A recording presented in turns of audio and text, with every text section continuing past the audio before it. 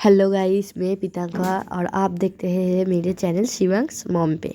तो आज देखिए हमने शाम के नाश्ते में यहाँ पे फ्रेंच फ्राई बनाया था। तो पहले हमने आलू को काट के बॉईल कर लिया है, ज़्यादा बॉईल नहीं करना है। फिर उसमें हमने थोड़ा सा कॉर्नफ्लावर डाल के मिक्स करके थोड़ी देर के लिए रख दिया है। और यहाँ पे नमक बिल्कुल भी मत डालना, वरना आलू क्रिस्पी नहीं बनेगा, वो उतरने के बाद ही नरम हो जाएगा। तो इसीलिए उसके बाद मैंने हाई टू मीडियम फ्लेम पे इसे फ्राई कर लिया है। और क्या बताओ कितना क्रिस्पी बना था, घर में सबको बहुत भी पसंद आया है।